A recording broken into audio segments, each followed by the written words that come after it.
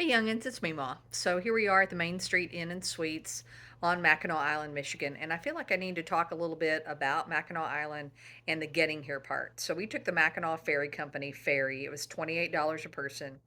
And there's several different kinds of parking over there, and we came in from the Mackinac City side.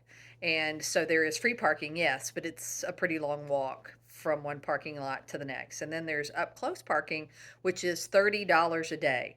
So that even means if there's only 3 hours left of that day, you're paying $30 for that day, and then $30 for a whole day. So we're going to be here 3 days total. So it was $90 to park, 28 each to get on to the ferry. But that's round trip. That's a round trip ferry ticket. And so upon arriving here, then you find a horse-drawn carriage.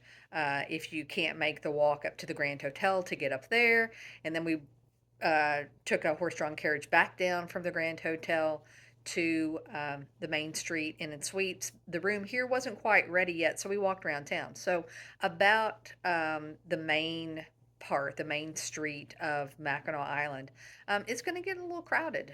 This is tourist season.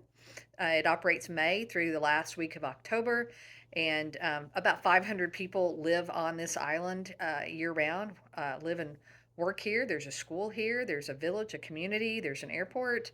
Um, there are no cars on this island, so you either are taking a bicycle or you're taking a horse or a carriage pulled by a horse. And it's just a real neat feel to it, but it does get crowded. And you also need to be warned a bit about the restaurants. If you hit it right at peak time, which every time kind of seems to be a peak time, you're gonna be in for a wait. So you just need to make sure you plan accordingly. We plan on getting back on the ferry in the morning. The first ferry runs back at 8 o'clock in the morning. So I hope you find this information helpful. There are things that you probably need to do before you plan this trip. And the first thing is think about your budget, where you want to go, the things that you want to make sure that you want to do. You can go on up to the Grand Hotel, even if you're not staying there, and pay to get up on the porch and the grounds and look at the hotel.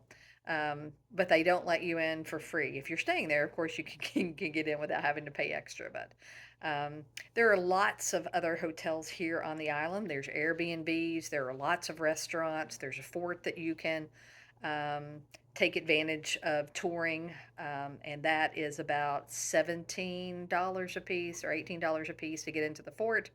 And so, yeah, just think about the budget and how much that you want to spend. Because I think this is even a lovely just day trip if you live close by or you're vacationing close by. Just it's worth the trip over to spend an afternoon walking around into the shops, eating the fudge, and having a nice meal looking at the water.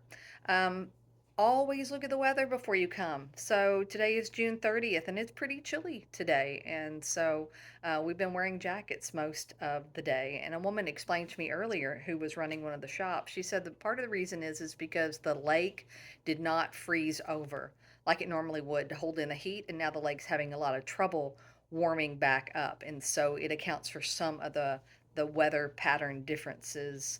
Um, and it's been changing, she said, over about the past 8 years. Things have been noticeably different because of that. Okay, so I hope this information has been helpful to you. You are worth my time. You're definitely worth your own time. And I send you a hug from Mackinac Island.